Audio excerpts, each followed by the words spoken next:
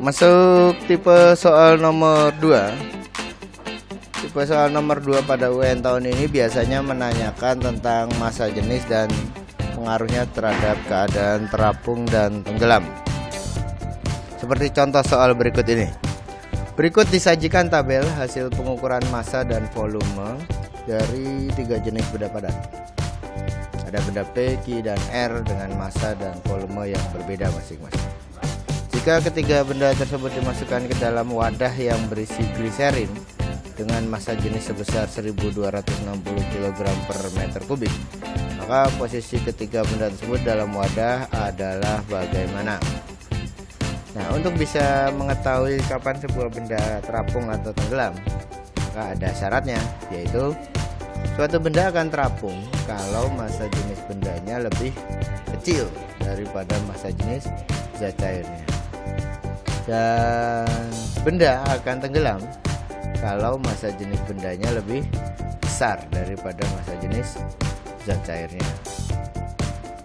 Maka untuk tipe soal ini kita harus mencari massa jenis benda dulu dengan rumusan ρ sama dengan massa per volume. Nanti kita bandingkan dengan massa jenis zat cairnya, dalam hal ini gliserin 1260. Kita hitung satu-satu. Massa jenis P, massa per volume 2,48 dibagi 0,001, kita dapatkan 2480. Langsung kita bandingkan. Ternyata massa jenis P lebih besar daripada zat cair, sehingga dia termasuk syarat tenggelam.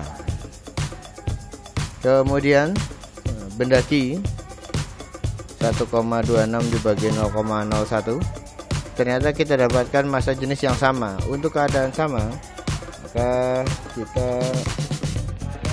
sebuah benda tetap akan tenggelam, tapi tidak sampai ke dasar. Dia dalam posisi melayang, ada di tengah-tengah. Kemudian untuk benda R dengan massa 4,96 dan volumenya 0,001, maka kita dapatkan posisi benda adalah tenggelam karena massa jenis benda lebih besar daripada massa jenis zat cair, sehingga P tenggelam, R juga tenggelam, sementara Q yang melayang. Gambar yang tepat menghubungkan pernyataan ini adalah yang B.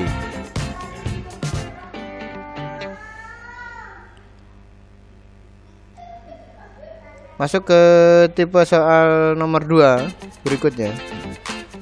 Kita tidak diminta mencari massa jenis benda, tapi kita diminta mencari massa jenis zat cairnya. Nah, ini seperti contoh ini. Dua benda yang terbuat dari bahan sama dimasukkan ke dalam zat cair berbeda, yaitu P dan Q, dengan posisi seperti berikut.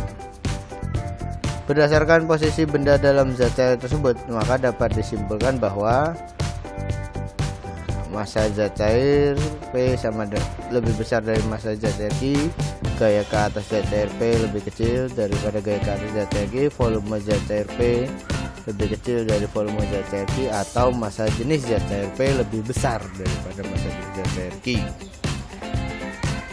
Pembuktian massa jenis zat cair hampir sama seperti yang tadi, bahwa sebuah benda akan terapung kalau tadi massa jenis benda lebih kecil atau massa jenis zat cair yang lebih besar.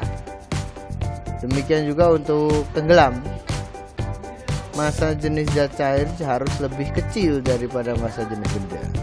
Atau bisa kita analogikan, terapung itu bendanya kalah, yang menang zat cairnya, sehingga zat cair lebih besar.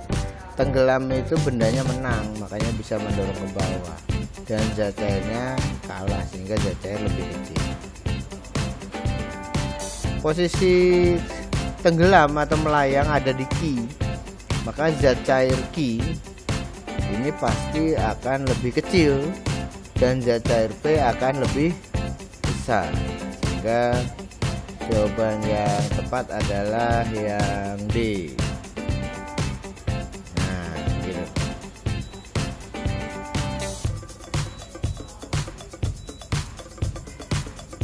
Atau satu soal lagi, masih seputar pembuktian tentang larutan, mana yang massa jenisnya lebih besar atau lebih kecil. Beberapa benda dari bahan yang sama dimasukkan dalam larutan garam dapur. Nah, ini ada benda K, L, M, dan N. Bahannya sama sehingga massa jenis bendanya sama. Larutan yang kadar garamnya paling besar dan paling kecil berturut-turut adalah, coba menurut kamu jawabannya apa ini? Iya betul, bahwa kita tinggal lihat sekali lagi sama seperti ini, lihat posisi bendanya saja. Keadaan yang tenggelam menunjukkan massa jenis zat airnya kecil, keadaan terapung menunjukkan massa jenis zat airnya besar, sehingga massa jenis paling kecil itu N. Cari yang belakangnya N, karena yang ditanya besar dan kecil. Berarti bisa C, bisa A. Terus yang mana? Paling kecil N. Nah, terus yang paling besar, nah, yang terapungnya paling tinggi yaitu L. Sehingga jawabannya adalah L dan N. Demikian untuk tipe soal nomor 2. Mudah-mudahan bisa membantu kalian dalam menghadapi soal besok Senin. Terima kasih.